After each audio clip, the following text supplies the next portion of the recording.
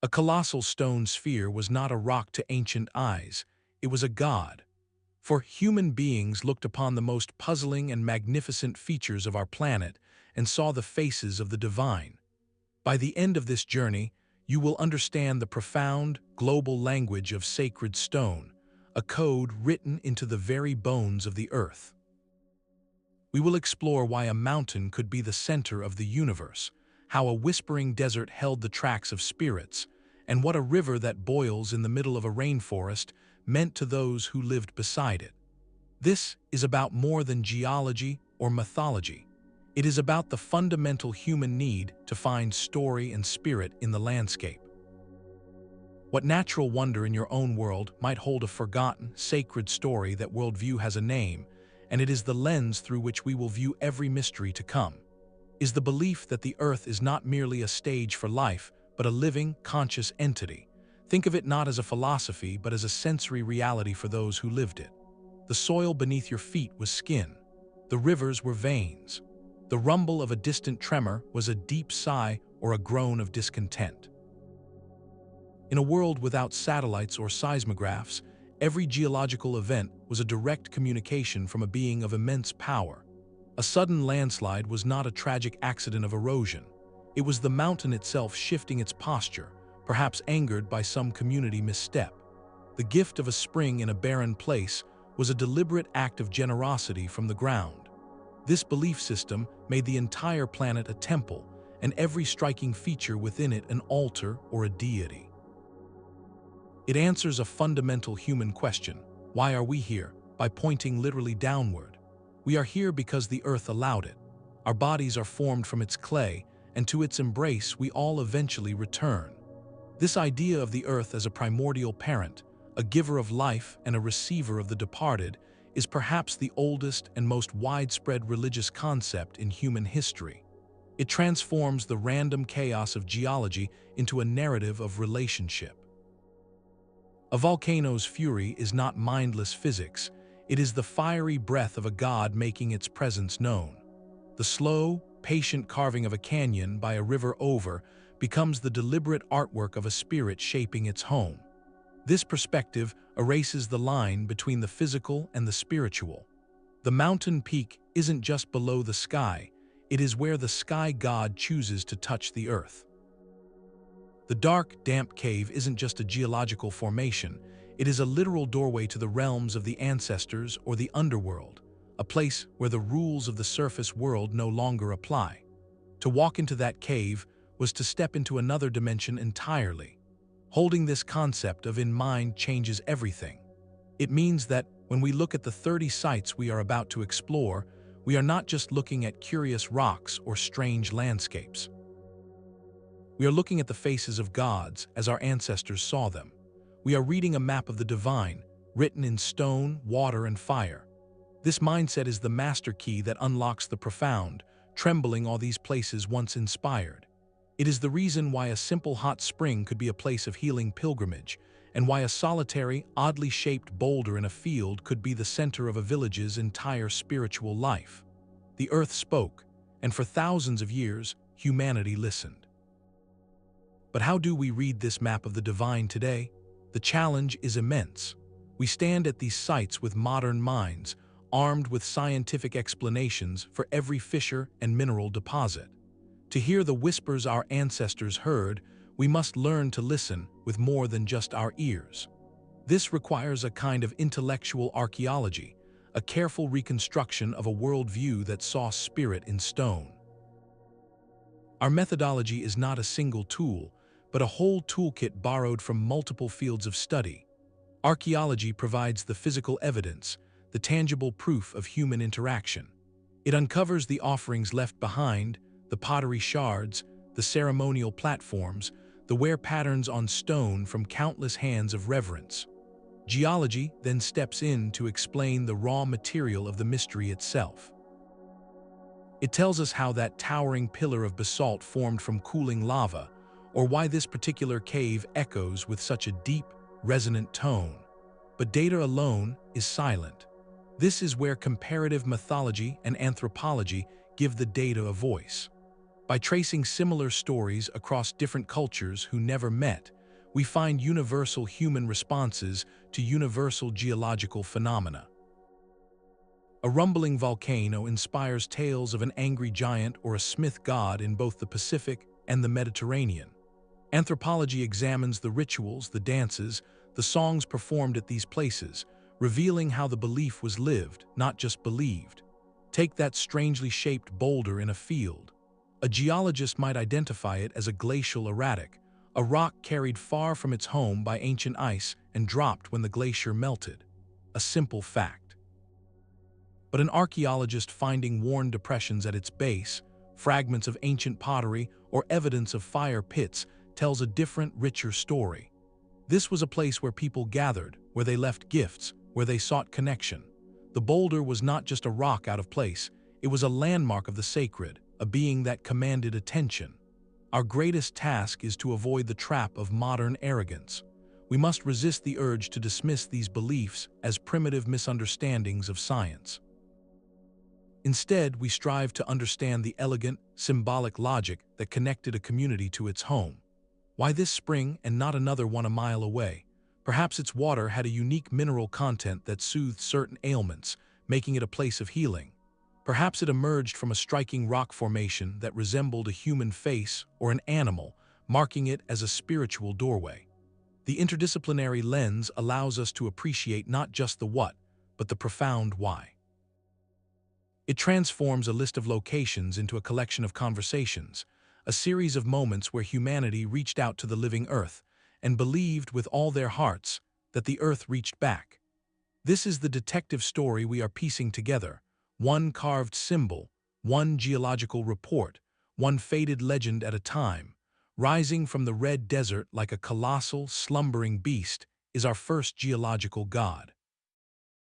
Uluru is a name that carries the weight of eternity, a single piece of sandstone so vast it creates its own weather.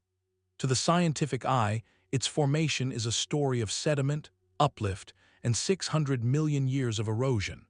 But to the traditional custodians of this land, that geological timeline is not a dry fact. It is the living memory of, often translated as the dreaming. This concept is not a myth from a distant past. It is the continuous, eternal present where ancestral beings shape the world and its laws. Uluru is not a representation of that story. It is the story itself, written in stone.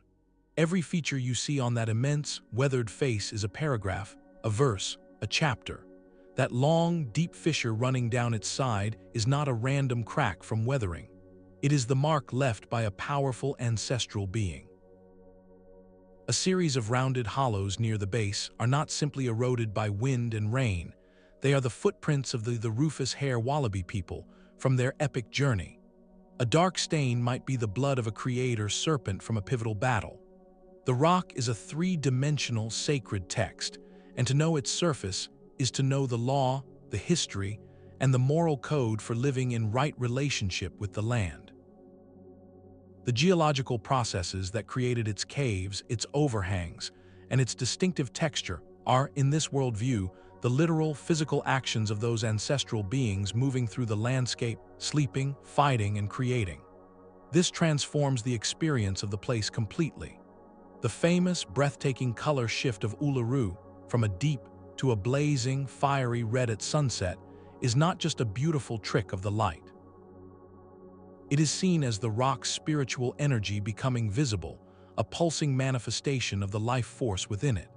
The water that occasionally cascades down its sides after a rare desert rain is not mere runoff. It is the tears or the sweat of the ancestors. For this understanding carries profound responsibility. They are not the owners of Uluru, they are its guardians, entrusted with its care as one would care for a revered elder.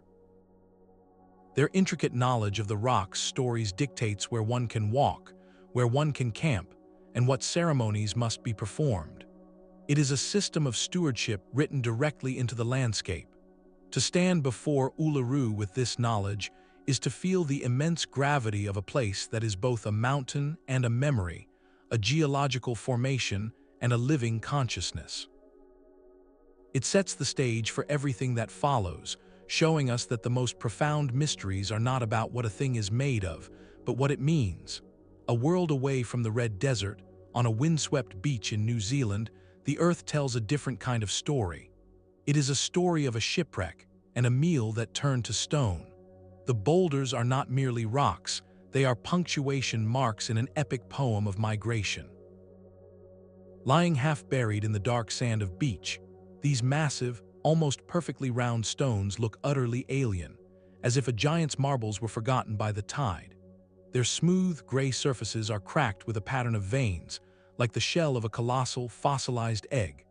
A geologist will tell you they are Subterranean concretions, formed over millions of years as minerals crystallized around a central core in ancient mud, creating these astonishingly symmetrical spheres through a slow, natural process. But to stand before them is to feel that explanation, while true, is incomplete. It does not account for the awe, the sheer improbability of their perfection. The people, who have lived with these stones for centuries, possess the narrative that completes the picture. They know them as the food baskets of the gods. The legend is precise and poignant. It speaks of the great ocean-going canoe, which sailed from the ancestral homeland of, carrying among its precious cargo gourds and sweet potatoes to sustain the people in their new home. During a fierce storm, the canoe was wrecked upon this coast. The cargo was lost, scattered across the beach and the sea. The large, spherical boulders we see today are the petrified gourds. The smaller, rounded stones surrounding them are the sweet potatoes, all transformed by time and memory into enduring stone. This is not a fanciful tale to explain a weird geology. It is a profound act of cultural memory, using the most permanent features of the landscape to anchor a vital story of origin. Every boulder is a monument to that perilous voyage, to the ancestors who braved the open ocean, and to the providence that saw their life-sustaining cargo, even in lost form, become a permanent part of the new land. The beach becomes a sacred pantry, a reminder that their very presence in this place was preceded by a journey of both immense hardship and guided fortune. The stones serve as a library and a lighthouse all at once, teaching each new generation where they came from and marking the spot where their history literally washed ashore. In this way, a geological oddity becomes the bedrock of identity, a collection of stone groceries that fed not the body, but the soul of a people for generations. It shows us how the human mind, confronted with the inexplicably perfect, chooses not just to solve a puzzle, but to weave a lifeline back through time. Some places are so profoundly alien they seem to belong to another world entirely. Deep beneath the desert in Mexico, buried under a mountain of limestone, there exists a chamber that defies every human sense of scale and beauty.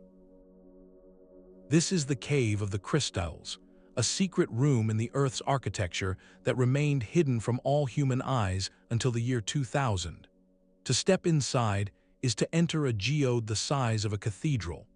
Towering pillars of selenite gypsum, some over 30 feet long and weighing more than 50 tons, crisscross the cavern like the petrified trunks of ancient, luminous trees. They glow with a soft internal light, their facets sharp enough to cut skin, their forms so geometrically perfect they appear carved by a divine sculptor. The air is a thick, oppressive soup, with temperatures soaring past 130 degrees Fahrenheit and humidity so dense it feels like breathing underwater. This is not an environment for humans. It is a monument built by the Earth, for the Earth, over the course of 500,000 years. The cave was discovered purely by accident by miners drilling a new shaft, a reminder that for all our exploration, the planet still holds rooms we have never seen. And this presents us with one of the most fascinating thought experiments in our entire journey. What if an ancient culture had found it? We know they would not have had the scientific vocabulary we do. They would not speak of saturated groundwater rich in calcium sulfate slowly cooling over, allowing these majestic crystals to form at an impossibly slow, patient rate. They would have stepped into that shimmering, deadly heat and seen only one possible explanation. This was a palace, a celestial throne room buried in the dark, where gods of the underworld stored their most precious treasures. Those colossal crystals might have been the frozen tears of a grieving earth goddess, or the spears of light wielded by a sun god trapped beneath the world. The crushing, humid heat would not have been a geological condition. It would have been the palpable, fiery breath of a slumbering dragon coiled around its hoard, or the residual warmth from the forge of a subterranean smith god who hammered the mountains into shape. The very danger of the place, the fact that a person could only survive inside for a few minutes without protection, would have been the ultimate proof of its sacredness. This was not a place for mortals to linger. It was a clear sign saying, this space belongs to powers far greater than you. The Cave of the Crystals, precisely because it was hidden for so long, acts as a perfect, pristine laboratory for our imagination. It strips away all the layers of historical ritual and archaeological evidence and asks us the core question at the heart of, when confronted with a natural wonder of such staggering scale, perfection, and sublime danger, is the human impulse to see a divine hand not simply inevitable? This cavern, untouched by ancient prayer, shows us that the sacred response is not something we project onto the world. It is something the world, in its most majestic and mysterious moments, evokes from within us. It is nature's own cathedral, built without a single human architect, proving that the planet itself is the ultimate artist, and its greatest works are always an invitation to awe. From a hidden crystal cathedral, we journey now to the roof of the world, to a mountain that is not climbed. Mount rises from the Tibetan plateau not as the tallest peak, but as the most sacred. Its form is a declaration. A near-perfect pyramid of black rock, its four sheer faces, by vertical clefts, align with uncanny precision to the four cardinal directions, as if deliberately placed. Glaciers crown its summit, feeding streams that flow to become the sources of four of Asia's mightiest rivers. For science, it is a stunning example of tectonic uplift and erosion. For half of humanity, it is the literal center of all creation. This single, silent mountain is the ultimate divine axis, a geological pivot point upon which entire cosmologies turn. In Hinduism, it is the abode of Lord Shiva, the destroyer and regenerator, seated in eternal meditation. In Buddhism, it is the home of the Buddha, representing supreme bliss. In Jainism, it is the site where the first saint achieved liberation. For the ancient Bon faith of Tibet, it is the soul of the country, a 9-story swastika mountain connecting heaven and earth. What unites these profound traditions is a shared, breathtaking act of recognition. They all see in this singular geological formation the physical manifestation of Mount, the axis. This is the cosmic mountain at the very heart of all universes in ancient Asian cosmology, the pillar around which the stars turn and the realms of gods, humans, and ancestors are arranged. Is not a symbol of that idea. It is that idea made stone. This belief transforms every interaction with the mountain into a sacred act of cosmic realignment. The pinnacle of devotion here is not to conquer the summit, but to honor its entirety. Pilgrims from across continents undertake the grueling Kora, a 32-mile circumambulation on foot at altitudes that steal the breath. They do not climb because the summit is not a place for mortals, it is the residence of the divine. To walk around the mountain is to walk around the center of existence itself, tracing the perimeter of the universe with your own body. Each step is a prayer, each labored breath an offering. The journey, often taking 3 days of intense hardship through thin air and unpredictable weather, is a microcosm of a spiritual life, with its challenges, revelations, and ultimate purification. The geology itself feeds the legend. The mountain's distinct black rock, a type of sedimentary sandstone, stands in stark contrast to the surrounding, lighter-colored strata, making it a natural focal point for the eye and the spirit. The clefts on its faces are seen as the stairways of gods. The waters from its glaciers are not just water, they are the primal, life-giving essence flowing to the 4 quarters of the world. This is, at its most profound and unified. A mountain is not merely a home for a god, it is the god. Its physical form, its symmetry, its stance, Its relationship to the waters and the sky is its theology. To stand in its shadow is to stand at the foot of a universe, a quiet reminder that sometimes the most powerful act is not to ascend, but to simply walk in reverence, tracing the sacred geometry of the earth. The earth's architecture can shift from divine symmetry to a geometry of pure, bewildering order. Along the rugged coast of northern Ireland, the planet laid down a pavement fit for the feet of gods, or more precisely, giants. The Giant's Causeway is a coastline that looks less like a natural formation and more like a colossal, abandoned construction project. Tens of thousands of interlocking basalt columns, most of them perfect hexagons, fit together with a precision that seems to defy the chaos of nature.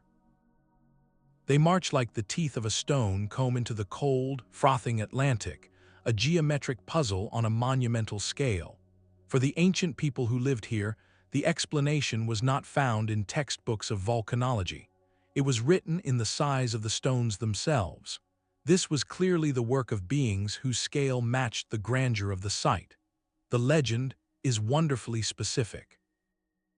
The Irish giant Mac, needing to confront his Scottish rival across the sea, built this causeway as a series of stepping stones. Each hexagonal pillar was a single paver in his transcontinental highway, a testament to his strength and his monumental purpose. The story even accounts for the causeway's end, explaining its unfinished, fragmented state as the result of the giant's final confrontation. This narrative does more than explain a weird rock formation. It personalizes the landscape, turning an impersonal geological process into a chapter from a heroic epic that children could understand and elders could elaborate upon. Every column became a relic of that mythic conflict, a physical piece of a story that defined cultural identity and courage. The scientific truth, while different, is no less dramatic.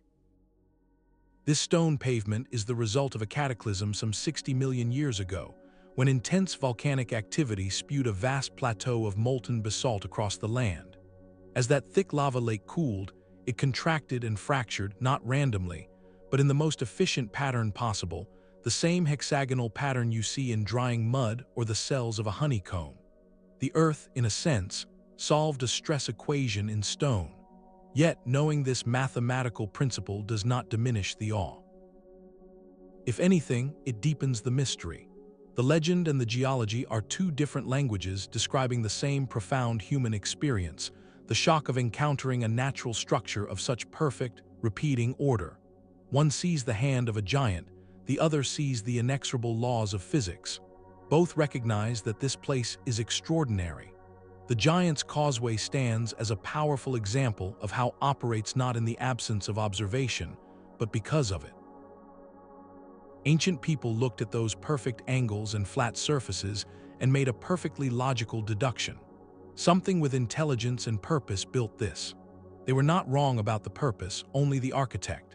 In their stories, they honored the sheer scale and intention they sensed in the stone, embedding their coastline not just in geography, but in the timeless realm of saga, where the land itself is the record of legendary deeds. Antarctica holds a secret that bleeds. In the stark, lifeless expanse of the Taylor Glacier, a waterfall pours forth not in clear or blue, but in a deep, unsettling crimson. This is Blood Falls, a 5-story stain of rust red against a canvas of pure white ice, as if the continent itself has been wounded. No ancient culture ever laid eyes upon this remote, frozen spectacle, yet its very existence speaks directly to the universal patterns of we have been tracing. It serves as a perfect, isolated experiment. If a wandering tribe or an intrepid explorer from antiquity had somehow stumbled upon this place, what story would they have told? Clear, life-giving water is a blessing from the earth. But water the color of blood, flowing endlessly from the heart of a glacier, could only be one thing, a profound and terrifying omen. This would not be a mere curiosity, it would be a message. Perhaps it was the eternal wound of a frost giant struck down in a primeval battle, its life essence still seeping into the ice. Maybe it was a literal gateway to a chthonic realm, a tier in the world where the blood of the underworld welled up to the surface. The narrative writes itself because the human mind is wired to interpret the anomalous as intentional, especially when it evokes such a primal, visceral reaction. The scientific truth, uncovered only in the last century, is a marvel of a different kind. That shocking color is not blood, but iron. For over 1 million years, a pocket of seawater was trapped beneath the glacier, forming a subglacial lake isolated from light and atmosphere. Within that dark, cold prison, the water became an ultra-salty brine, rich in iron leached from the bedrock.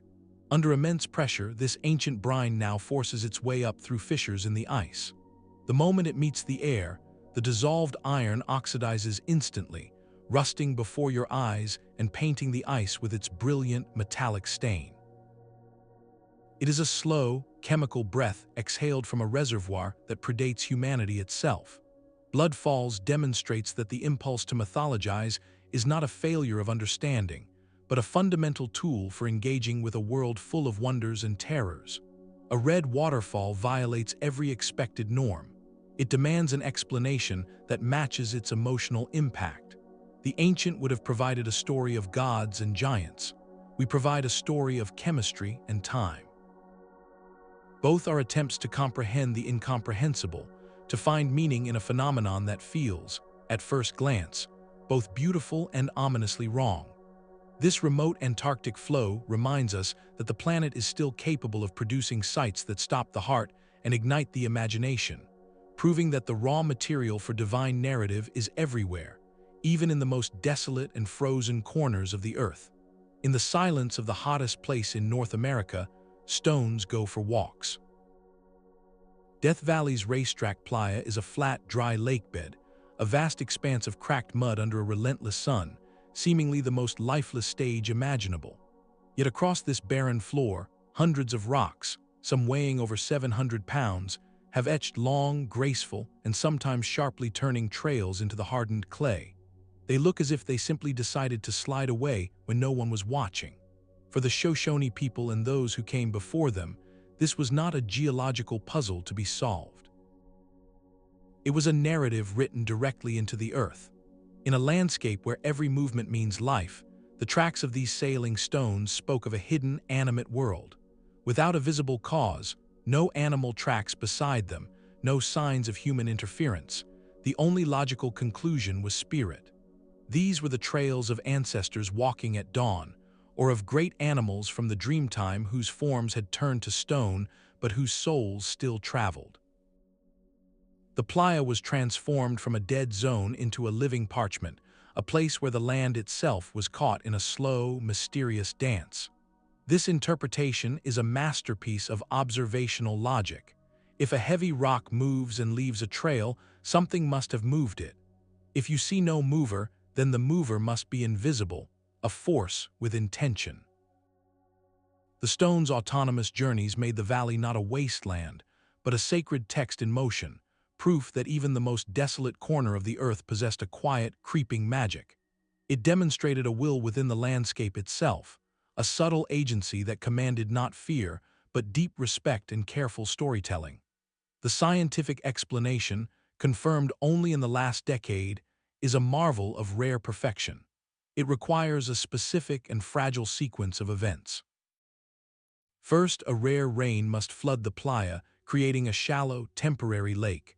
Then, on a cold winter night, a thin sheet of ice must form on that water. As the day dawns, warming temperatures cause the ice to fracture into large, floating panels. A gentle, persistent wind, just strong enough to catch these ice sheets but not so strong as to break them, then pushes across the playa. The rocks, partially embedded in the ice, become sails on a stone boat, gliding across the slick mud beneath, etching their trails as they go. When the water evaporates, all that remains is the rock and its mysterious path, the ice long gone without a trace. This truth does not diminish the ancient view, it fulfills it in a different language. The Shoshone were absolutely correct that the land had a will of its own, a will expressed through the exquisite, precise collaboration of water, ice, wind, and stone. They recognized the agency in the phenomenon. Their stories honored that agency, giving it a name and a place in the community's understanding of a living world. The wandering stones teach us that mystery is not the absence of an answer, but the presence of a question so compelling it inspires both scientific inquiry and sacred story, two paths leading toward the same awe for a world that never ceases to move in surprising ways. Hidden in the dense river valleys of Costa, a different kind of geological mystery waits. These are not formations carved by wind or water, but by human hands with a purpose we can only guess. The spheres are an enigma of pure geometry, hundreds of nearly perfect stone balls scattered across the landscape, some taller than a person. Carved from a single, stubborn block of gabbro, a volcanic rock as hard as granite, their smooth, spherical surfaces speak of immense effort and even greater intention.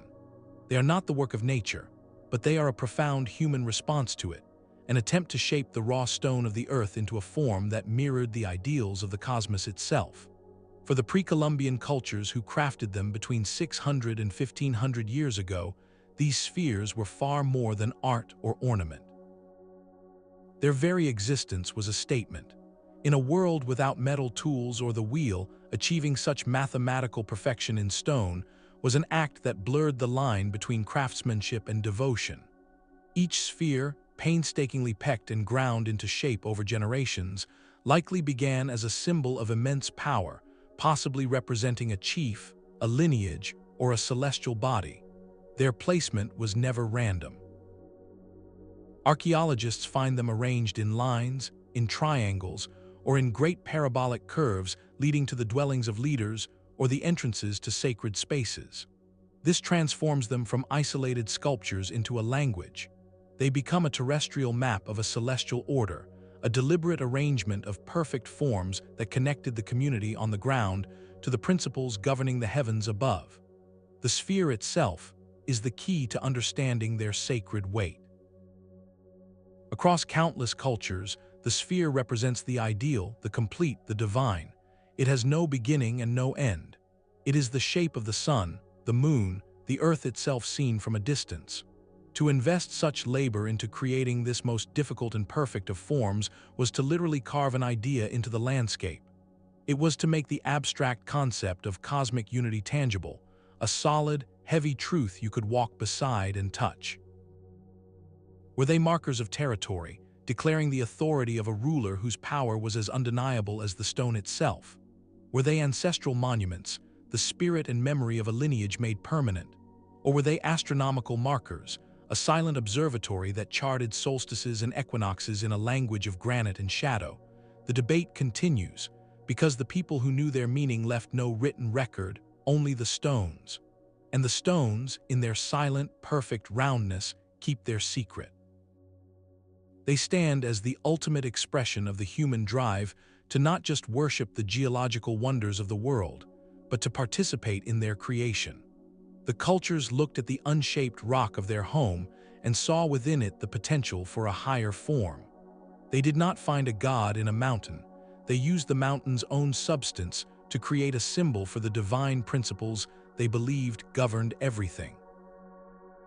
In doing so, they left behind a puzzle that is both a monument to human ingenuity and a humbling reminder of how much meaning can be lost to time, leaving only beauty and perfect, silent questions in its place. Water and fire are sworn enemies in every story we know, yet in a quiet corner of western New York, they have been locked in an eternal, impossible embrace for centuries. Behind the gentle curtain of eternal flame falls, within a damp, mossy grotto, a small, steady flame dances from a crack in the rock, perpetually alight even as the waterfall cascades just inches away. This is not a campfire left by a hiker, but a geological marvel, a natural gas seep that has fed this fire for longer than human memory. For the Seneca people, and likely for those who came before them, this was not a curiosity. It was a profound spiritual paradox made visible, a place where the fundamental rules of the world seemed to bend. A flame born from stone, nurtured by an invisible breath from deep within the earth, and yet cradled by falling water, the very element that should extinguish it. This defiance of logic is the heart of its sacred power. In a worldview where the elements are expressions of distinct spiritual forces, Such a site could only be one thing: a direct conduit, a literal doorway. It is a place where the fiery breath of the underworld found a crack to meet the cleansing, life-giving water of the surface, creating a permanent scar of the supernatural upon the ordinary landscape. The grotto becomes a natural altar where the earth itself performs a constant, quiet miracle. You do not need to build a temple here. The elements are the architecture of devotion. The ever-burning flame offered tangible, undeniable proof of the sacred intertwined with the mundane. It was a living symbol of balance, of opposing forces not in conflict, but in a stable, mysterious harmony that sustained itself. Such a site would naturally become a place for contemplation, for seeking visions, or for leaving offerings to the powerful spirits who clearly resided in this thin place between worlds. The geological explanation, while demystifying to a modern mind, only deepens the appreciation for the ancient interpretation. Methane gas, produced by the breakdown of ancient organic matter in shale deep below, seeps up through fissures in the bedrock. When ignited, perhaps long ago by a lightning strike, it can burn indefinitely as long as the seep continues. It is a rare but natural pilot light, lit by the planet itself. Yet, knowing the chemistry of the flame does nothing to diminish its symbolic weight. If anything, it confirms the ancient insight that the earth is alive with processes that feel, to the human heart, miraculous.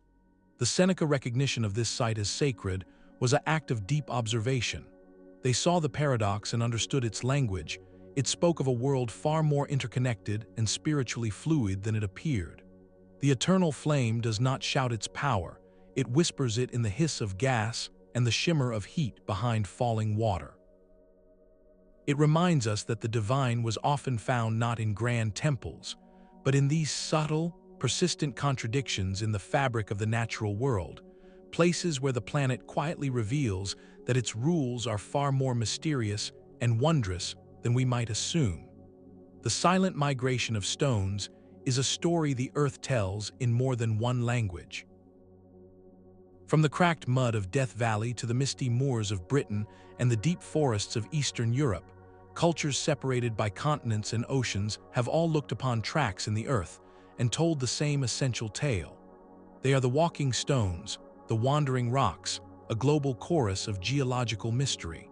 In British folklore, certain ancient megaliths are said to go down to the river to drink at midnight, leaving dewy trails in the grass at dawn. Slavic legends whisper of boulders that turn slowly on the eve of the summer solstice, aligning themselves with the rising sun. In every version, the motion is never random or chaotic. It is tied to the grand clockwork of the cosmos, to the stroke of midnight, to the peak of a solstice, or to a specific phase of the moon. This is the critical evolution of the idea. The stones do not simply move, they keep time. Their journeys become a ritual performed by the landscape itself, a physical echo of celestial cycles.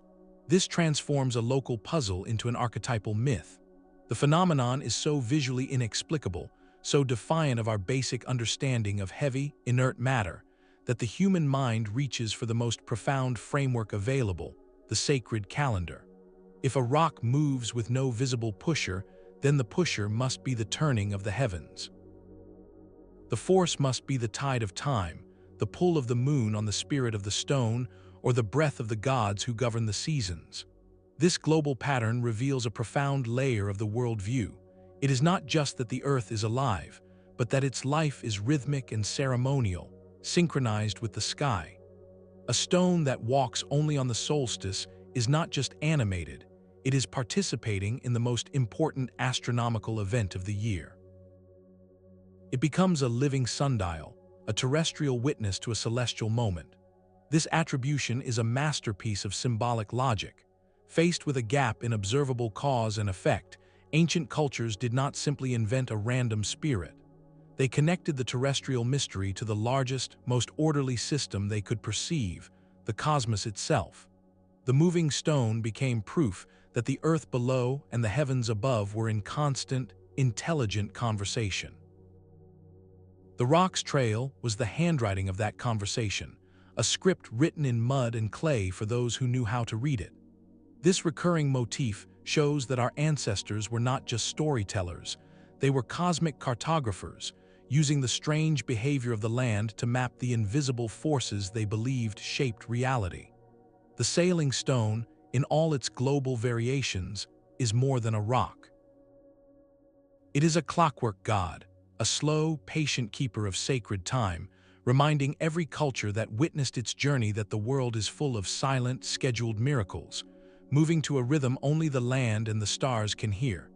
Deep within the emerald embrace of the Peruvian Amazon, where the air itself feels like a warm, wet breath, there flows a river that defies all reason. This is the boiled with the heat of the sun. Its waters do not merely run warm, they steam and bubble at temperatures that can exceed 200 degrees Fahrenheit, hot enough to inflict severe injury in seconds. For the people, this is not a geological anomaly to be studied. It is the physical body of the great serpent mother of the waters.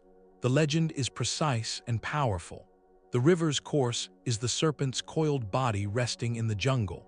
The billowing steam is her fiery breath. The occasional explosive bubbles and hisses are her stirrings from a deep, primordial sleep.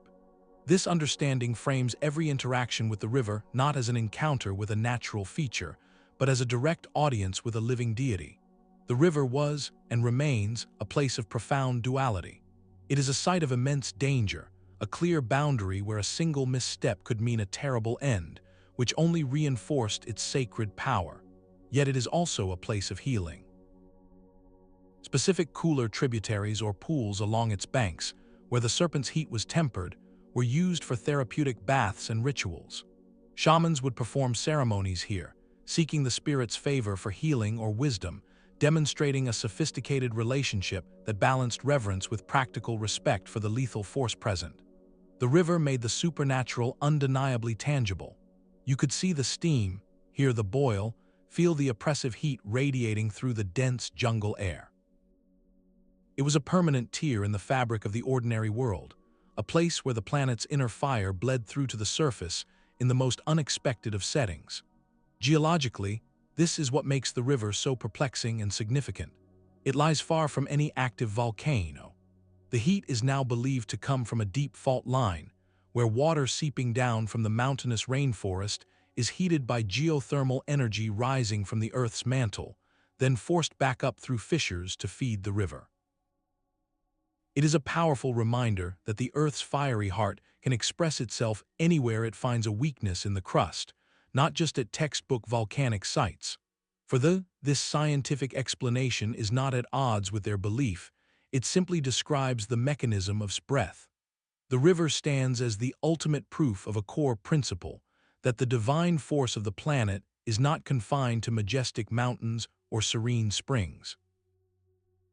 It can erupt in the middle of a flooded forest as a deadly, boiling current, transforming a simple waterway into a sacred and terrifying testament to the living, breathing, and sometimes scalding nature of the world beneath our feet.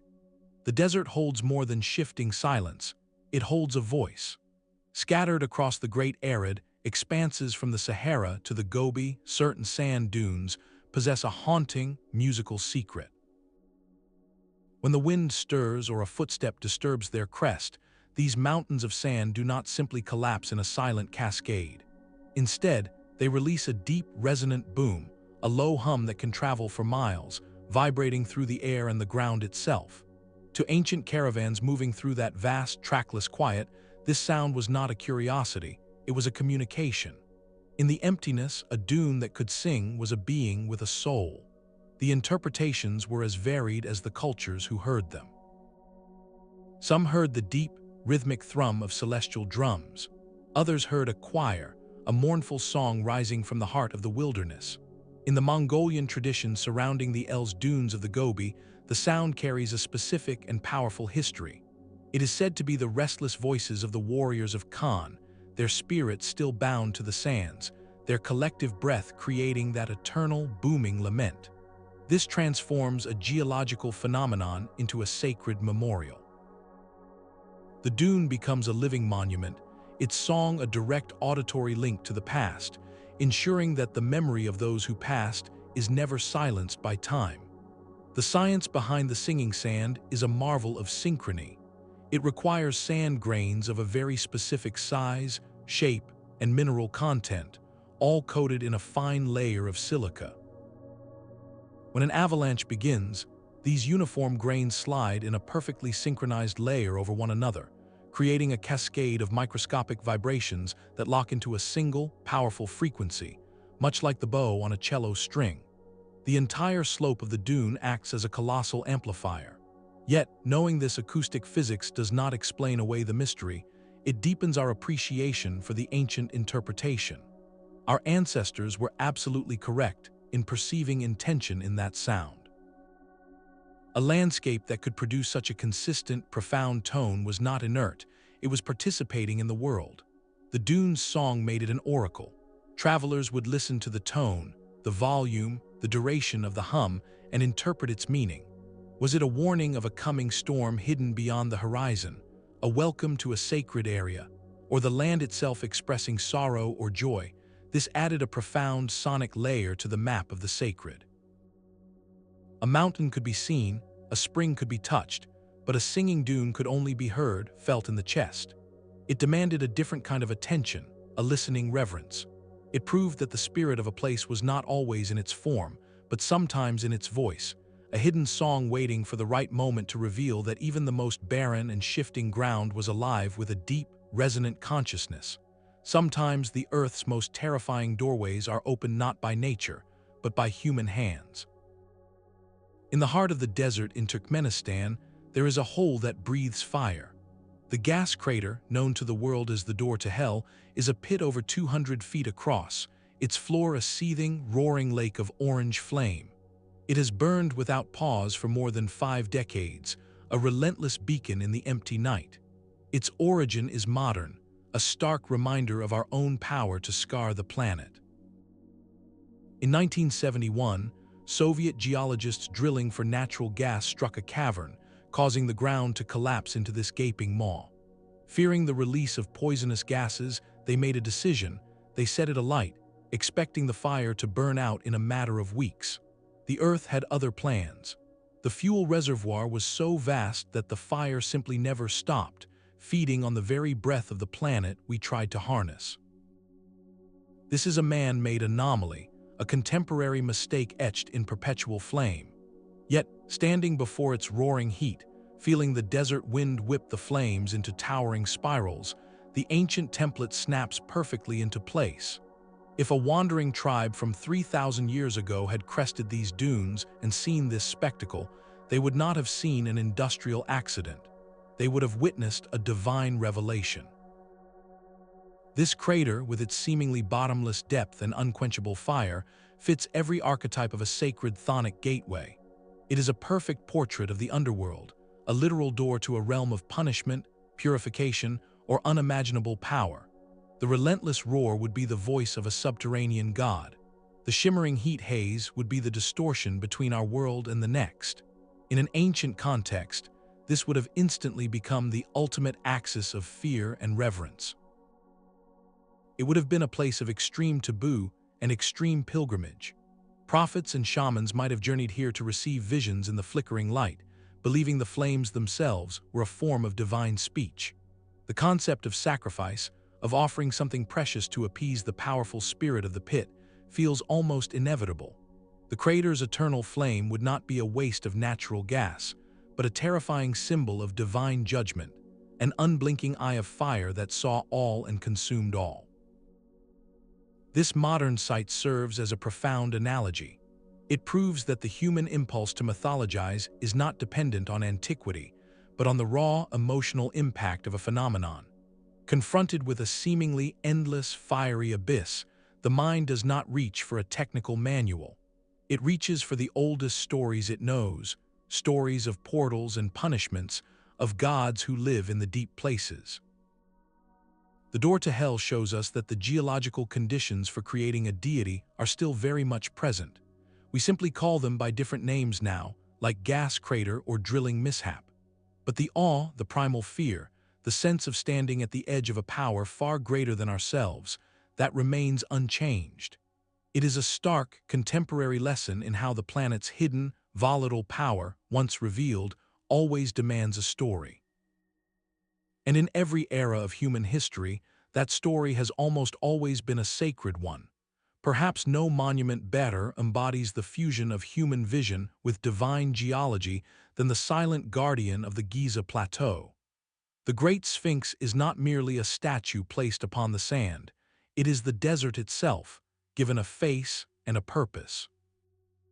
Its entire colossal body, from paw to haunch, was carved directly from a single, natural outcrop of limestone, a fact that transforms our understanding of its creation.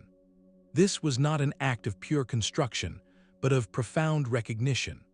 Before a single artisan's tool touched the stone, the formation already existed, a geological sentinel weathering under the Egyptian sun. Some researchers propose its core shape began as a yardang, a ridge of rock sculpted over by the desert's abrasive winds into a form that may have strikingly resembled a crouching lion. To the ancient Egyptian priests and planners, this would not have been a random rock. It was an omen, a divine suggestion written in the very bones of the plateau.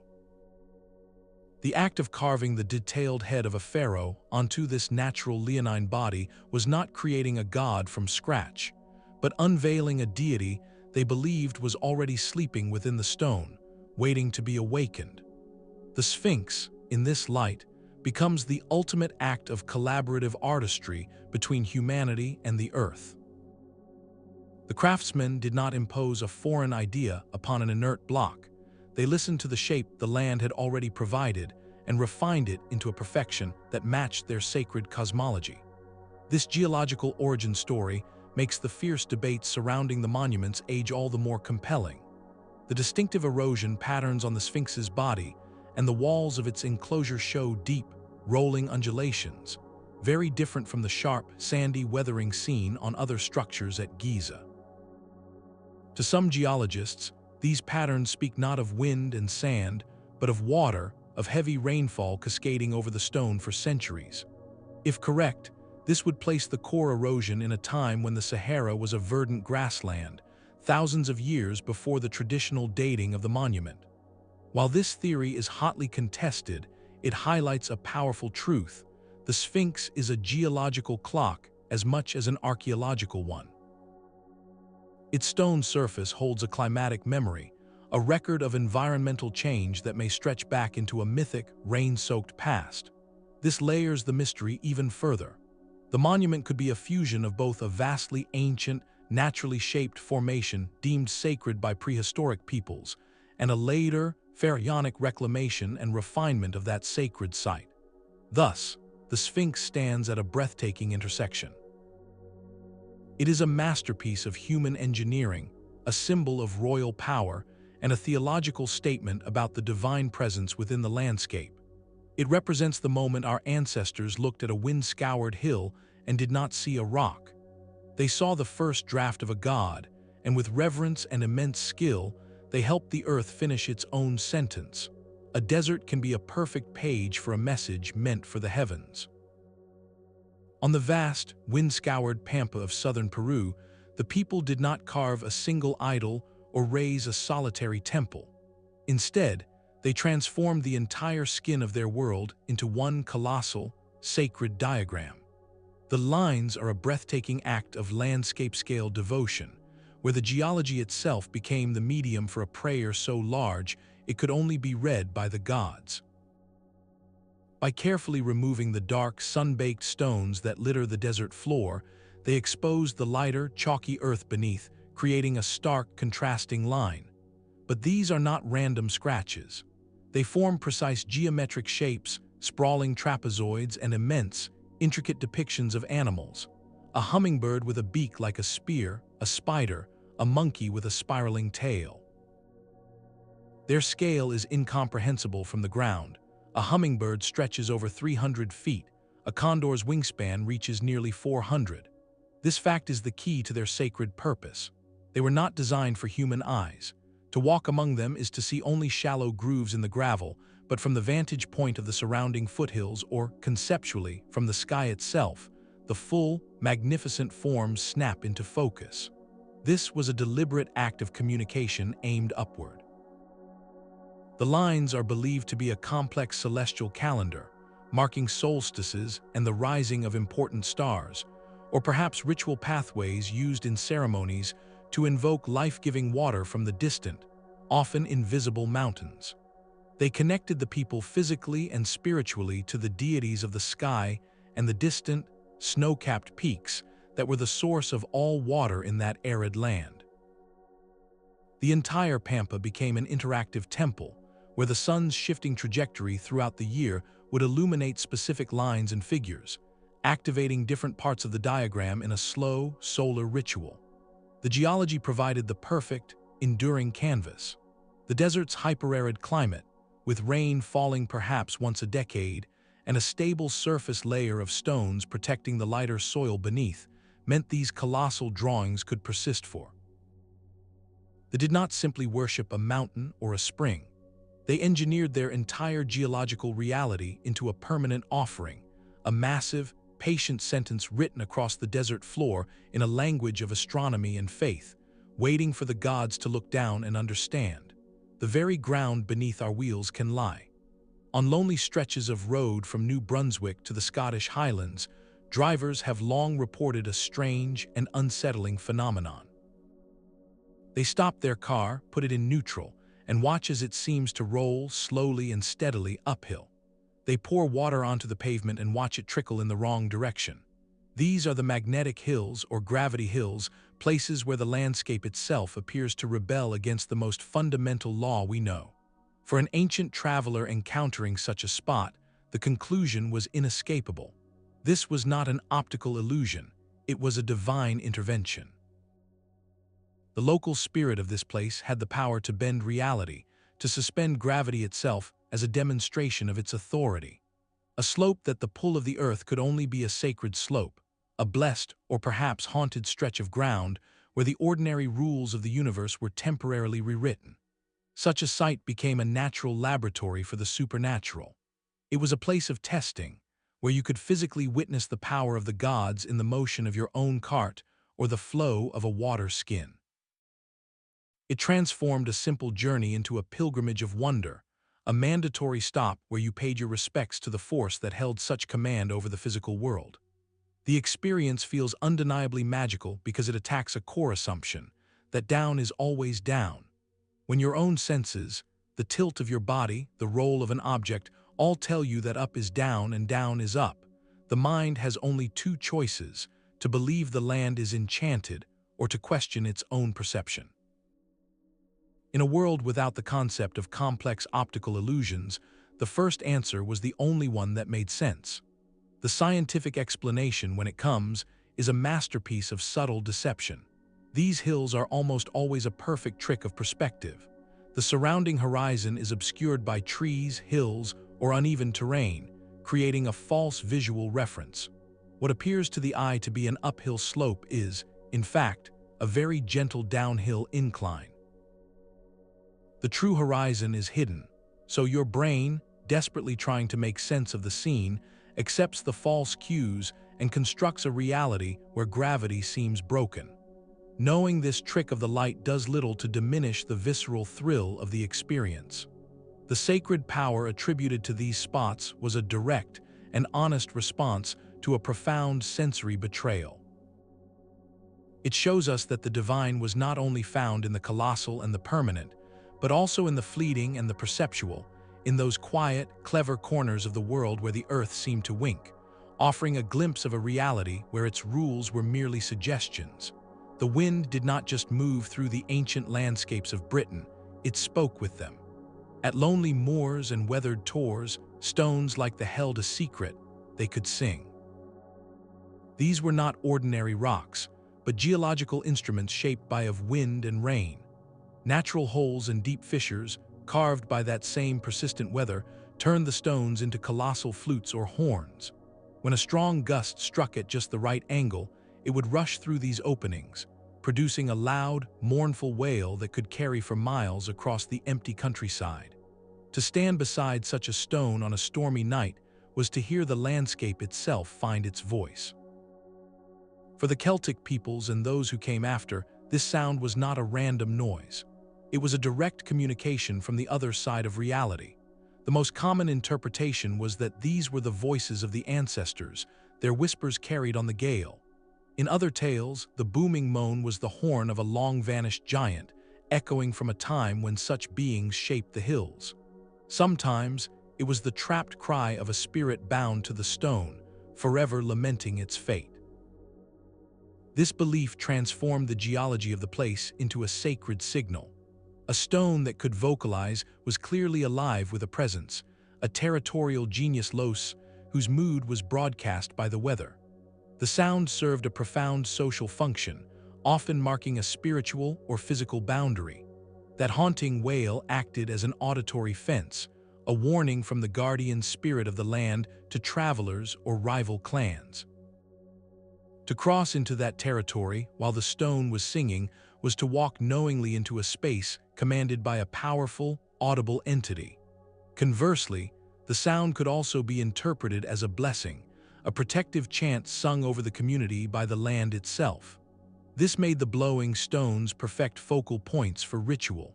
They were not passive altars, but active participants in ceremony.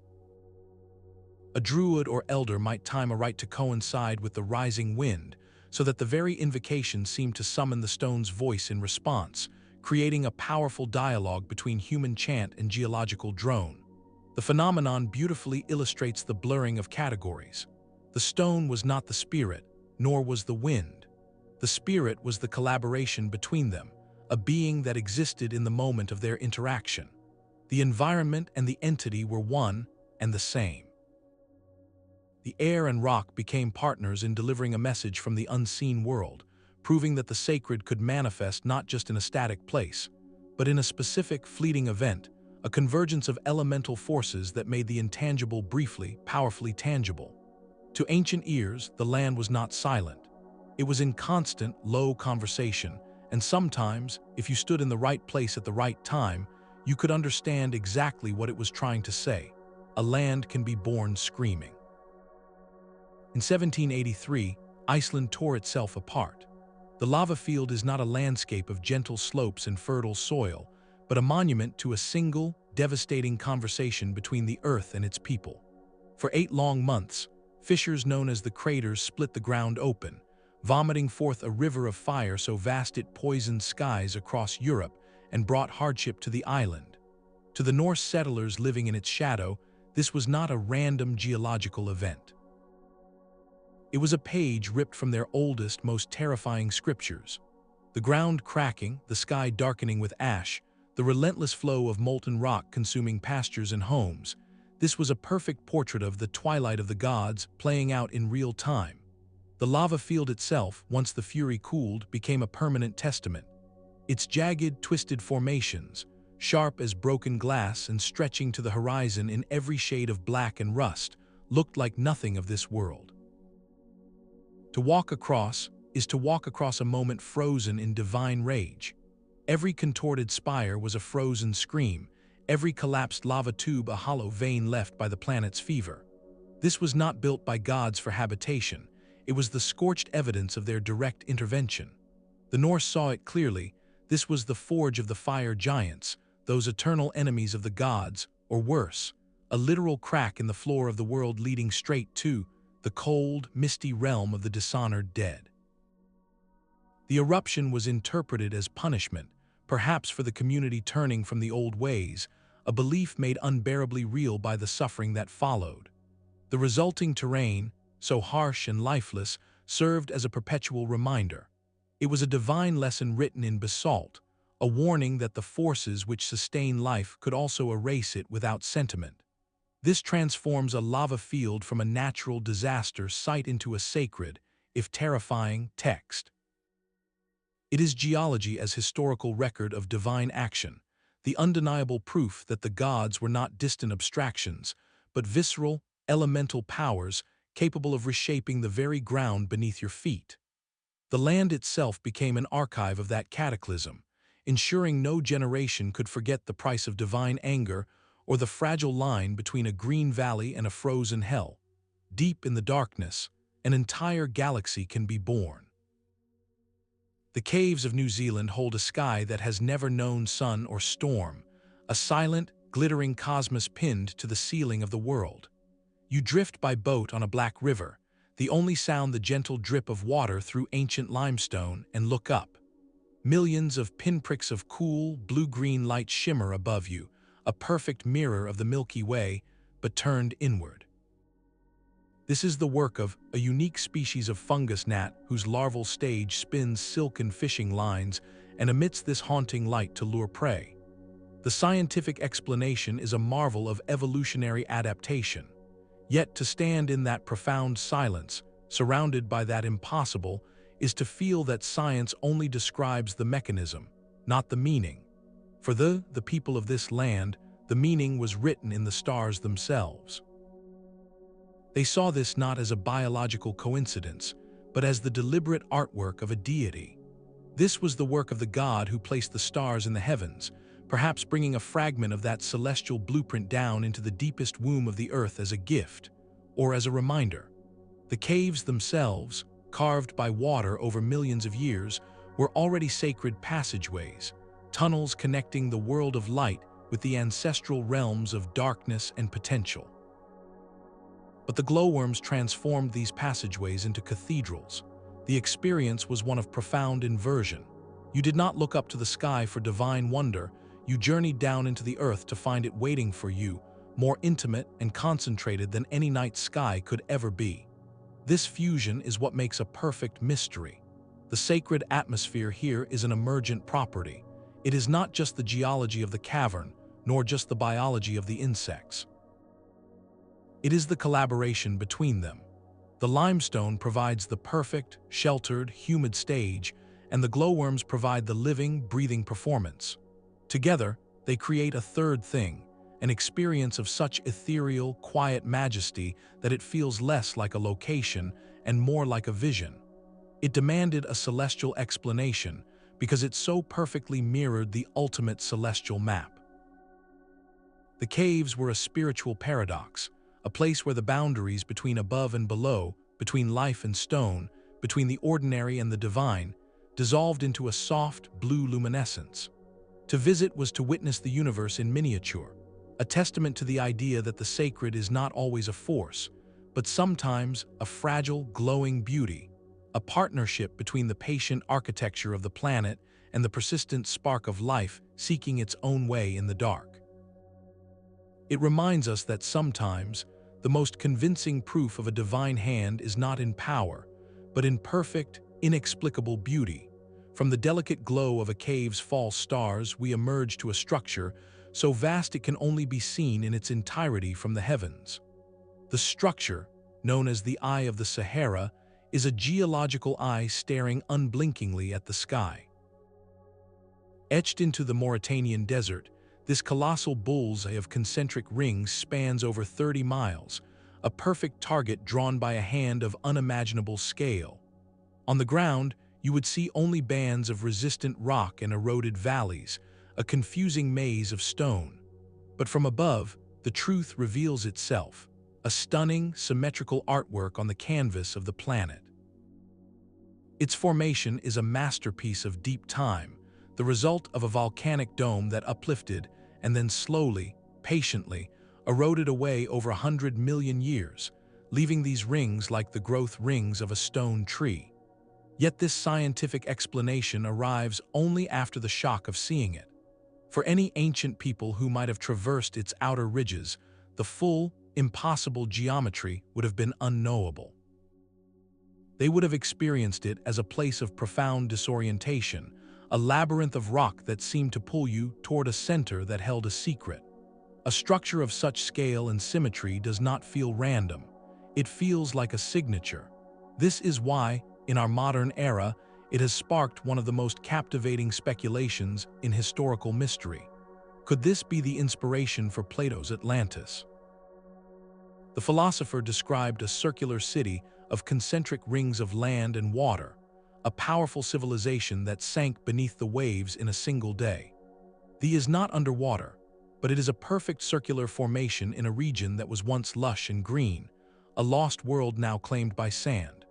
The resemblance is striking enough to ignite the imagination, to ask if a real, majestic geological feature could have been the seed for a legendary, sunken empire.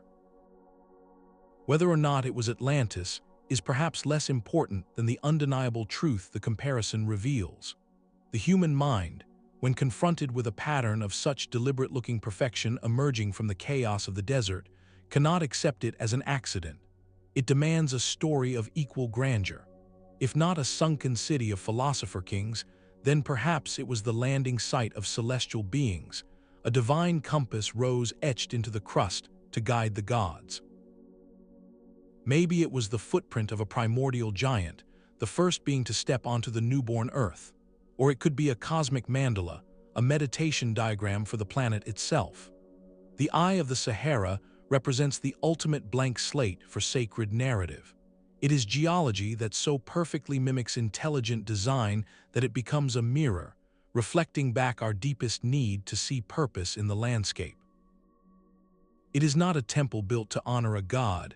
It is a formation that, by its very existence, suggests the architect was divine. The boundary between life and stone is not always a slow, distant memory. In a quiet corner of England, it is a process you can watch with your own eyes. The petrifying well of performs a quiet alchemy, turning everyday objects into something eternal. Leave a teddy bear, a hat, or a simple leaf suspended in its constant, dripping flow, and within mere weeks it will be encased in a thick, stony shell. To a medieval visitor, this was not chemistry. It was pure magic, a terrifying or miraculous curse.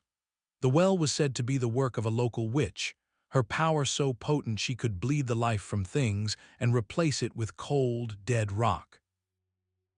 An earlier, perhaps pagan understanding might have seen it differently, not as a curse, but as a sacred power.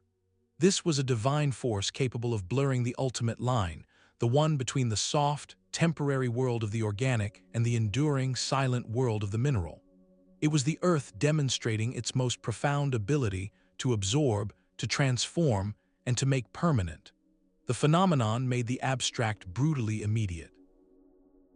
Fossilization, a process that normally takes millions of years buried under immense pressure, was happening here in the open air, before your eyes, in a matter of days. A child's toy, left as an offering, could become a relic within a season. This acceleration of deep time was deeply unsettling and profoundly sacred. It provided a tangible, graspable metaphor for mortality and memory. The well suggested that everything, given enough time and the right conditions, returns to the stone from which it all ultimately came. The scientific truth, of course, lies in the water itself. Flowing through a thick bed of limestone, it becomes supersaturated with dissolved minerals, primarily calcite. As the water drips over an object and evaporates, it leaves behind an infinitesimally thin layer of that mineral. Drop by drop, week by week, that layer builds into a solid, stony casing, perfectly preserving the form of the object inside in a rigid tomb. It is a natural 3D printer, using time as its ink. Yet, knowing the mechanism does nothing to strip away the primal wonder. The well presented a direct, observable challenge to the perceived order of the world. It was a place where the categories of creation were visibly fluid, where the slow, patient heartbeat of geology could be felt in the span of a single human life. It asked a silent, profound question of every witness.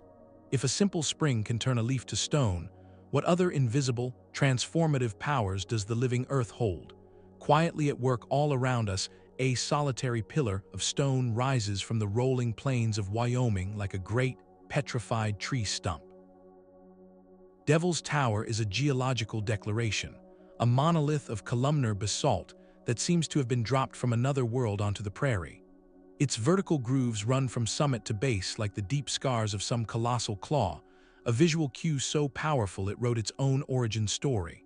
For the Lakota, Cheyenne, Kiowa, and other plains peoples, this is the Bear Lodge.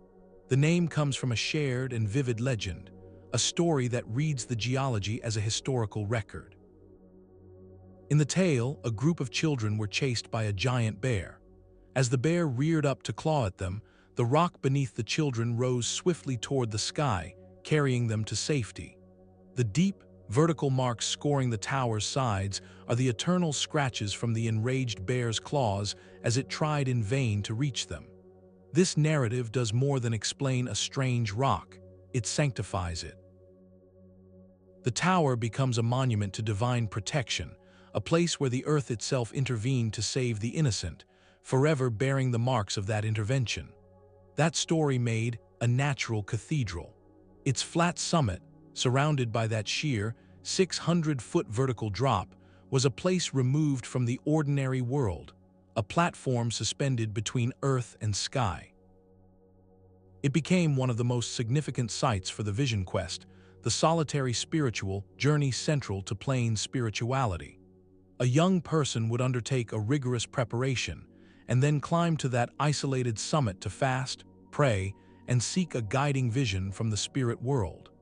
The geological reality of the place directly facilitated this sacred practice. The tower's isolation and dramatic height created a perfect, natural retreat, a literal stepping stone closer to the heavens where communication with the divine was felt to be clearer, more direct. The earth was not just a backdrop for the ritual, it was the ritual's architecture. Every feature reinforced its sacredness. The geometric perfection of its columnar joints, which appear almost carved by a master mason, signaled an intelligent design far beyond human capability. The way it gathers weather, often crowned by a wreath of clouds or struck by lightning during summer storms, demonstrated its dynamic connection to the powerful forces of the sky. Geologically, we understand it as the core of an ancient volcano. The molten rock that once fed a fiery mountain cooled and hardened into this dense, resistant plug of phonolite porphyry. Over millions of years, the softer sedimentary rock that once surrounded it eroded away, leaving this hardened skeleton standing in abrupt relief. But this scientific history only deepens the ancient understanding. The process of erosion revealing the tower is a perfect metaphor for the Vision Quest itself, a stripping away of the soft, worldly layers to reveal a stronger, enduring truth beneath. The tower's sudden presence on the plains functioned as a spiritual beacon. For generations, it served as a vital navigational landmark, but its pull was more than geographical. It gathered stories, prayers, and ceremonies as inevitably as it gathered eagles to its summit. It stood as a permanent reminder that the boundary between the earthly and the divine was not a distant line in the sky, but a tangible place you could journey to, touch, and climb, a stone prayer rising from the heart of the world. The silent migration of stones is a story the earth tells in more than one language. From the cracked mud of Death Valley to the misty moors of Britain and the deep forests of Eastern Europe, cultures separated by continents and oceans have all looked upon tracks in the earth and told the same essential tale. They are the walking stones, the wandering rocks, a global chorus of geological mystery. In British folklore, certain ancient megaliths are said to go down to the river to drink at midnight, leaving dewy trails in the grass at dawn. Slavic legends whisper of boulders that turn slowly on the eve of the summer solstice, aligning themselves with the rising sun. In every version, the motion is never random or chaotic. It is tied to the grand clockwork of the cosmos, to the stroke of midnight, to the peak of a solstice, or to a specific phase of the moon. This is the critical evolution of the idea. The stones do not simply move, they keep time. Their journeys become a ritual performed by the landscape itself, a physical echo of celestial cycles. This transforms a local puzzle into an archetypal myth. The phenomenon is so visually inexplicable, so defiant of our basic understanding of heavy, inert matter, that the human mind reaches for the most profound framework available, the sacred calendar. If a rock moves with no visible pusher, then the pusher must be the turning of the heavens. The force must be the tide of time, the pull of the moon on the spirit of the stone, or the breath of the gods who govern the seasons. This global pattern reveals a profound layer of the worldview.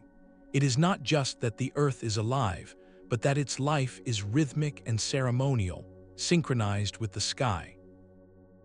A stone that walks only on the solstice is not just animated, it is participating in the most important astronomical event of the year.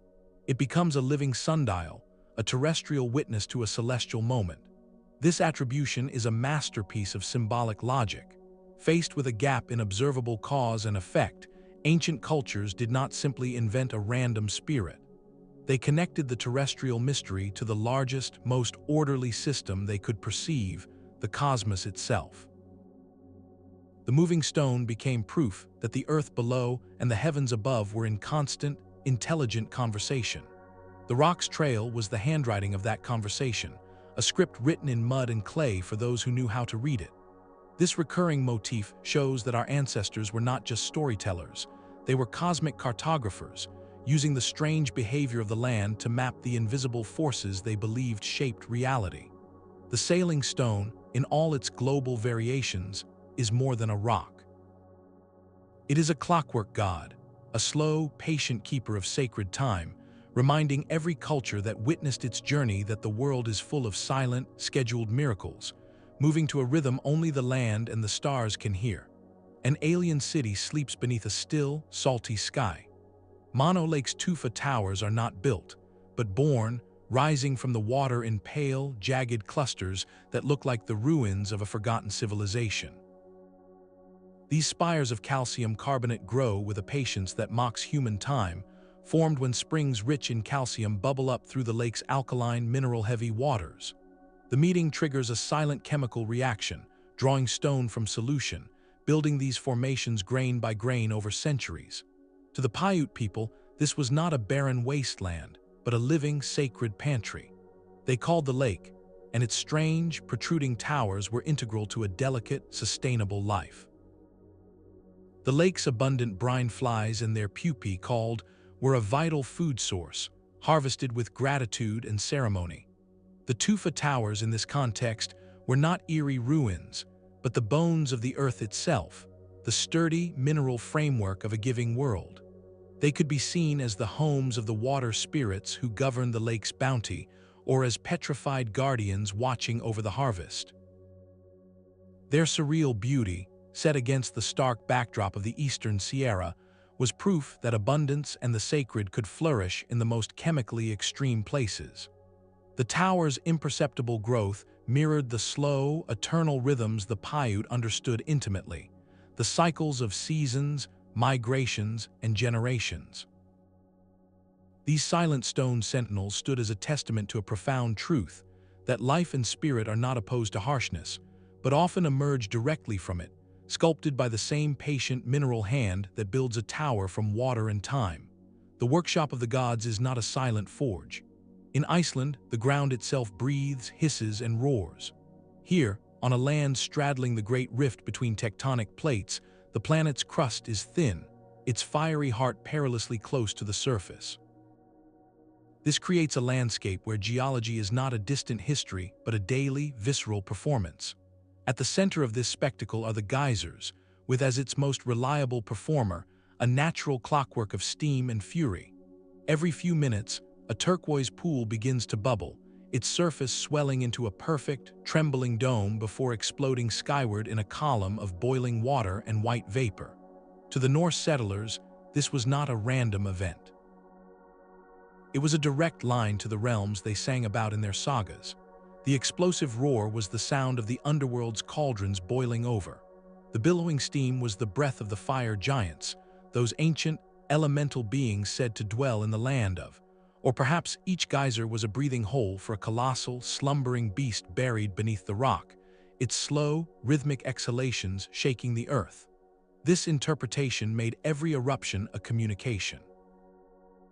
The predictable yet powerful rhythm of a geyser demonstrated that the land's vitality was not chaotic, but followed a deep, inherent pulse. It was the planet's own heartbeat, made visible in steam and sound. This transformed the geothermal areas into more than just curious landmarks. They became interactive temples. The practical and the sacred were woven together seamlessly. The same volcanic heat that powered the explosive geysers also fed tranquil hot springs, which were used for bathing, washing, and cooking. A community could bathe in a naturally heated pool, its warmth a direct gift from the same forces that made the ground tremble, feeling the benevolent side of a power that also had a destructive face. To cook your food in a hot spring was to have the gods themselves simmer your pot. This daily reliance created a relationship of profound intimacy and respect. Living among geysers meant accepting that you resided in a dynamic, sacred workshop. The elements were not abstract concepts here. Fire and water engaged in a constant, spectacular dance right outside your door. The hissing fumaroles, the bubbling mud pots, the towering geysers, all were part of a single, ongoing creation myth, a demonstration of the raw, untamed processes that built the world. It was a place where you could witness the planet thinking in steam, dreaming in boiling water, and reminding everyone that the line between the ordinary world and the legendary forge of creation was just a thin layer of rock, easily pierced by a column of scalding water reaching for the sky. The desert holds a masterpiece carved not by hands, but by the patient breath of the world. In the remote, sun-baked borderlands of Arizona and Utah, a stone ocean has been frozen in mid-crash. The wave is a symphony of sandstone, its smooth, undulating walls flowing in liquid curves of deep crimson, burnt orange, and pale yellow. To walk through its narrow corridors is to move through a petrified current, the rock itself seeming to ripple and swell around you. This is geology as high art, a formation so perfectly fluid in appearance that it feels less like a rock and more like a moment of divine inspiration captured in stone. Its creation is a story of exquisite slowness, where cross-bedded dunes from the Jurassic period were cemented into sandstone and then, grain by grain over 190 million years, scoured by wind and occasional flash floods into these sensuous, sweeping forms. The very remoteness that protected it for so long invites a profound question. If a wandering hunter or a solitary seeker from an ancient people had stumbled upon this hidden gallery, what story would this stone wave have told? It would not be seen as a random shape. In a world where every striking form held narrative, this would be a sacred event made permanent. It could be the literal, petrified crest of the Great Flood, the exact instant where the receding waters, at a deity's command, turned to solid rock as a permanent warning or a memorial. Perhaps it was the dancing floor of the desert spirits, the grooves worn not by water, but by the swirling feet of invisible beings during their celestial celebrations under the moonlight. The wave's overwhelming aesthetic power points to a different facet of one beyond fear or utility. This is the Earth's capacity for pure, breathtaking beauty, a beauty so intentional in its appearance that it demands a creative intelligence behind it. It resonates because it mirrors the patterns we find beautiful in our own world, the rhythm of rolling hills, the curl of a breaking wave, the graceful drape of fabric. The formation speaks directly to our innate sense of harmony and motion. It demonstrates that the sacred could be invoked not only by power or mystery, but by an encounter with a natural sculpture of such sublime elegance that it feels like a gift, a secret gallery meant only for those who journey far enough to find it. In this silent, swirling stone, we see the planet not as a fearsome deity or a generous provider, but as a peerless artist, reminding us that its creative palette includes the ability to make the solid seem fluid, and the ancient feel eternally, gracefully alive. A world can be hollowed out by water and time. The peninsula is a limestone sponge, a vast, flat slab of porous rock with no rivers on its surface. All its water flows silently in secret rivers and pools beneath the ground. And sometimes, that hidden world simply opens up. A sinkhole collapses, revealing a deep, circular well of clear, cool water. For the Maya, these were not just geological features. They were the beating, hidden heart of their entire world, the difference between life and death in a land without surface streams. Every was a direct gift from the rain god, a literal wellspring from the underworld itself. But this gift came with a profound and terrifying duality. The water that sustained life emerged from the place of fright, the dark and watery realm of the dead. It was therefore a perfect, natural paradox, a shimmering source of vitality that was also a physical doorway to the afterlife. This made it the most potent kind of sacred geography imaginable. You did not just take water from you engaged with a cosmic threshold. The most famous of these portals is the sacred At. This vast, natural well, over 100 feet in diameter with sheer walls dropping 60 feet to the dark green water below, was not a public water source. It was a church, a temple, and an altar fused into one. Into its depths, the Maya offered their most precious possessions to appease and converse with the powers below. Archaeologists have recovered artifacts of breathtaking beauty and value from its murky floor, golden figurines, intricately worked jade, rings, and ceremonial objects. But the most powerful offering, the one believed to hold the greatest communicative power, was life itself. Historical accounts and archaeological evidence point to ceremonial practices where individuals were given to thee as messengers to, a profound and solemn act intended to secure the favor of, for the rains that fed their crops. The geology dictated the theology. The limestone bedrock, slowly dissolved by acidic rainwater created these sudden, deep voids that connected the world of the living to the watery underworld. To look into that still, dark pool was to stare into the entrance of another realm.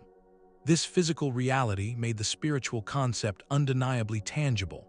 There was not a symbol of a gateway, it was the gateway. Every practical act of drawing water was thus layered with spiritual significance. A farmer collecting water at dawn was performing a minor ritual, acknowledging the divine source of the liquid in his bucket. This seamless fusion of the mundane and the sacred is the hallmark of at its most integrated. The sustain the body with its water and the spirit with its mystery. It taught that life emerges from darkness, that sustenance is intertwined with sacrifice, and that the gods are not in some distant heaven but directly beneath your feet, accessible through the very ground that gives you water. In the earth did not just provide, it spoke through its absences, through these sudden, beautiful holes that offered both a drink and a glimpse into eternity. The wind and rain of Yorkshire carved more than hills, they carved a congregation. The rocks stand as a gallery of impossible forms, a collection of millstone grit sculptures that seem to defy their own material. Here, the forces of erosion did not simply wear down the landscape, they appeared to have worked with a mischievous and deliberate artistry. One towering stack balances a colossal, tilted capstone, instantly named the Druid's Altar. Another formation resembles a great bear standing on its hind legs, frozen mid-dance. The idol rock perches on a tiny, precarious pedestal, a monument to gravity's patience.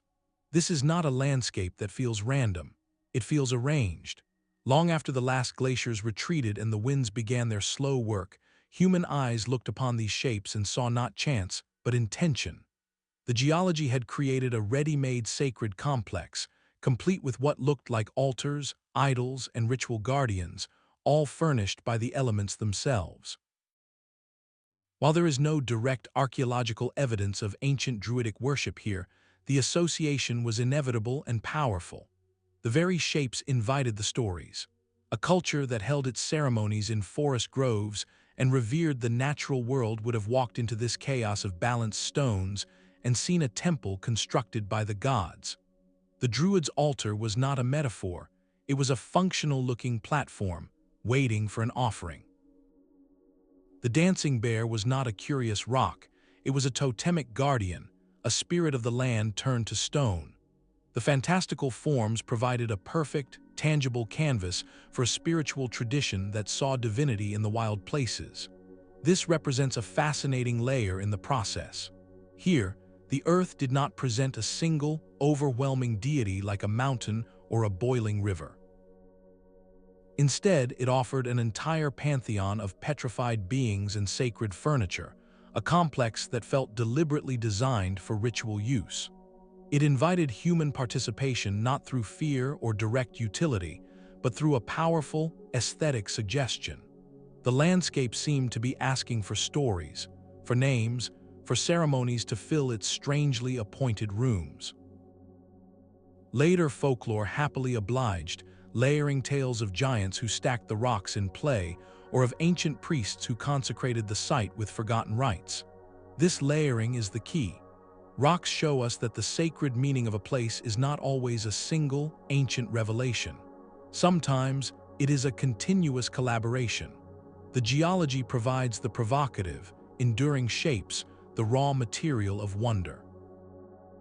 Each passing culture then looks upon those shapes and weaves its own spiritual narrative onto them, interpreting the land's silent architecture through the lens of its own beliefs.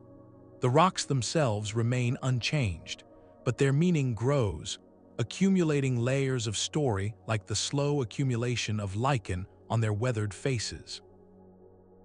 They stand as a testament to a universal human tendency to walk into a landscape that feels intentionally designed and to feel, deep in our bones, that we have entered a space that was meant for something more than mere scenery. A landscape of perfect repetition feels like a dream.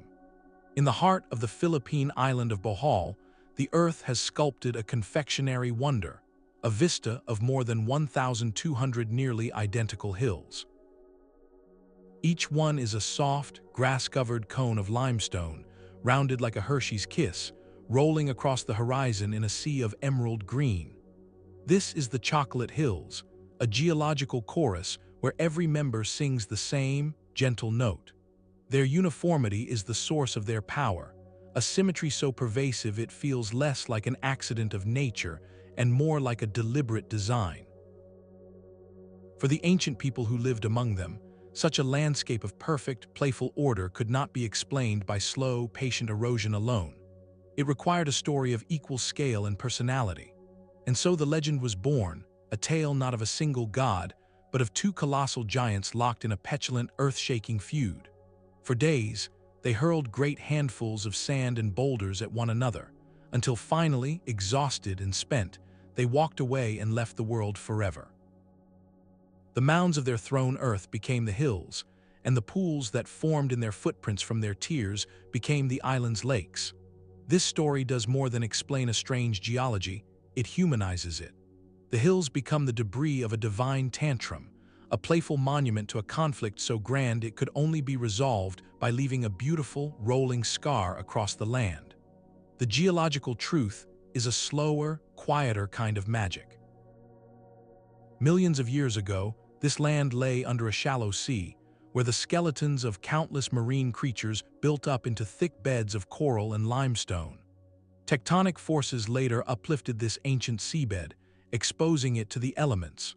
Rain, slightly acidic from the tropical air, then began its patient work, dissolving the limestone along fractures and joints. Over eons, this dissolution carved the once flat plateau into these countless isolated domes, all wearing a cap of tough, erosion-resistant soil and grass. The process is impersonal and chemical, yet the result is a landscape of breathtaking harmony. This is the profound lesson of the Chocolate Hills. They challenge our very definition of a sacred geological site. We have journeyed past volcanoes that breathe fire and mountains that scrape the sky, places of obvious, terrifying power. But here, the sacred is found in gentleness, in repetition, in a quiet, rolling beauty that soothes rather than shocks. The hills do not intimidate, they enchant. Their sacredness lies in their improbability, in the sheer, joyous abundance of their perfect forms. They prove that the divine narrative is not reserved for the violent and the dramatic. Sometimes, the earth simply decides to be whimsical, to create a pattern so delightful and consistent that the human heart cannot help but see the hand of a playful artist or the leftover toys of forgetful giants.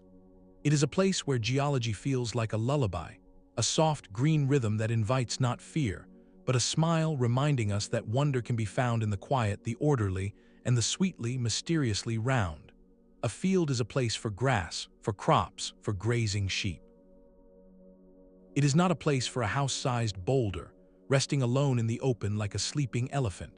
Yet across the northern hemisphere, from the plains of North America to the meadows of Europe, these solitary stones stand sentinel. These are glacial erratics, geological orphans carried hundreds of miles from their birthplace by the slow, crushing rivers of ice that once covered the continents. When the glaciers finally melted, they left these travelers behind, permanent strangers in a foreign land.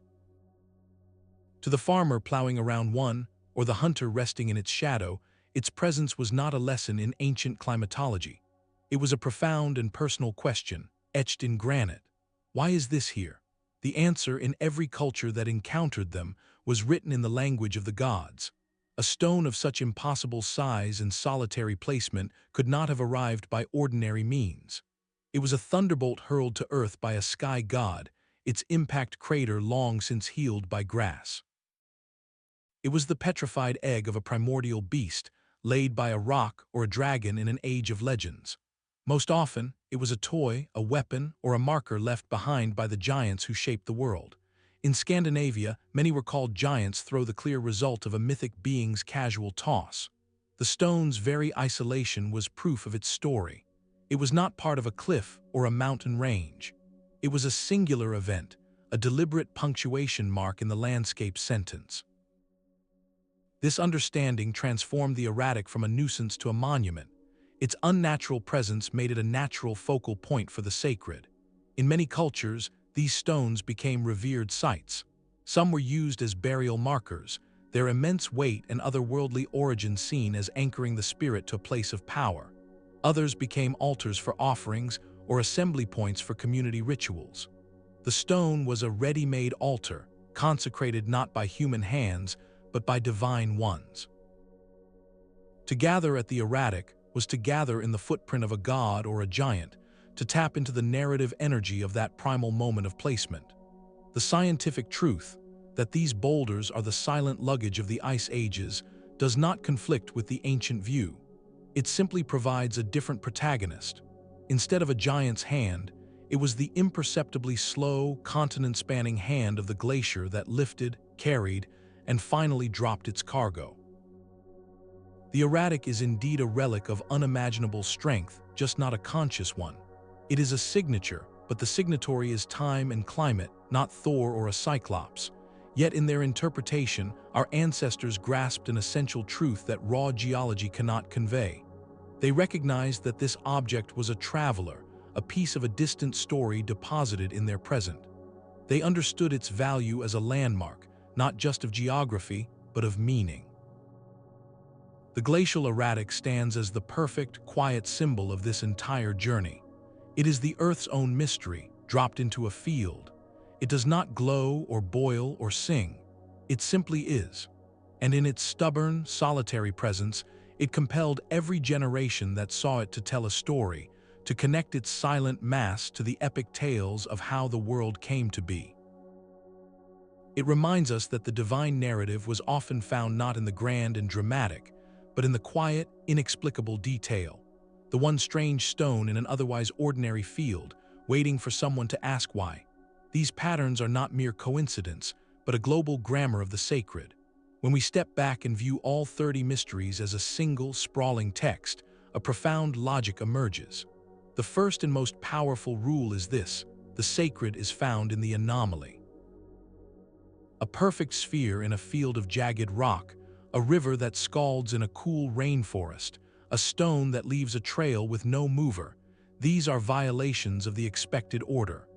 They are the Earth's way of speaking in italics, of emphasizing a point so strongly that it demands a story. Anomaly breaks the monotony of the everyday and announces, pay attention, this place is different.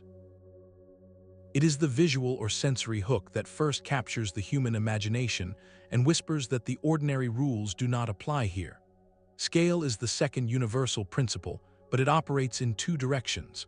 On one hand, we have the overwhelming, the monolithic. A mountain that scrapes the sky, a desert-spanning eye, a lava field that drowns a valley. These speak to a power so vast it can only be divine. They humble us, making our own lives feel fleeting and small. On the other hand, we have the miniature marvel, the concentrated wonder. A single glowing cave, a whispering stone, a petrifying well. These sights draw us in with intimacy, offering a contained, graspable piece of magic. Whether colossal or concentrated, The sacred site operates at a scale that disrupts human proportion, reminding us that the planet's forces operate on a canvas far beyond our own. These places almost invariably function as boundaries, as living punctuation in the landscape. They mark the lines between realms. A mountain peak is the boundary between earth and sky. A is the boundary between the world of the living and the watery underworld. A lava field is the boundary between a fertile past and a sterile, transformed future. A singing dune is the boundary between silence and sound, between the inert and the animate. By occupying these liminal spaces, the geological god becomes a gatekeeper, a guardian of the threshold. To approach such a site was to approach a frontier, a place where you could physically and spiritually step from one state of being toward another.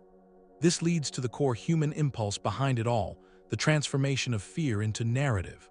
A rumbling volcano is terrifying, but a volcano that is the home of a smith god, whose anger can be appeased with ceremony, is a story you can live with. A sudden, inexplicable landslide is a mindless tragedy, but a landslide that is the mountain shifting its posture after a community's misstep is a lesson in cosmic ethics. The unexplained is a source of deep anxiety. By giving a face, a name, and a story to the terrifying and the puzzling, ancient cultures did not deny reality.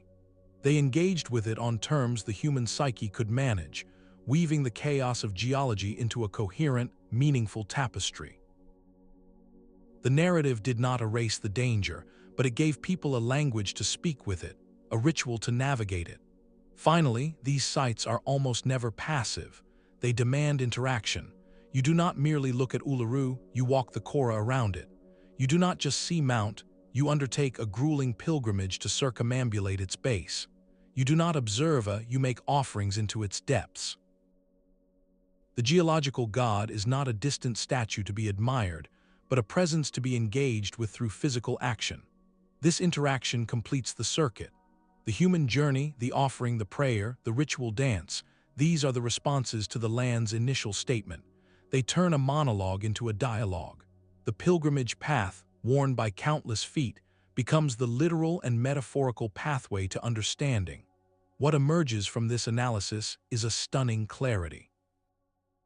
The worship of stone and spring was not a primitive collection of silly superstitions.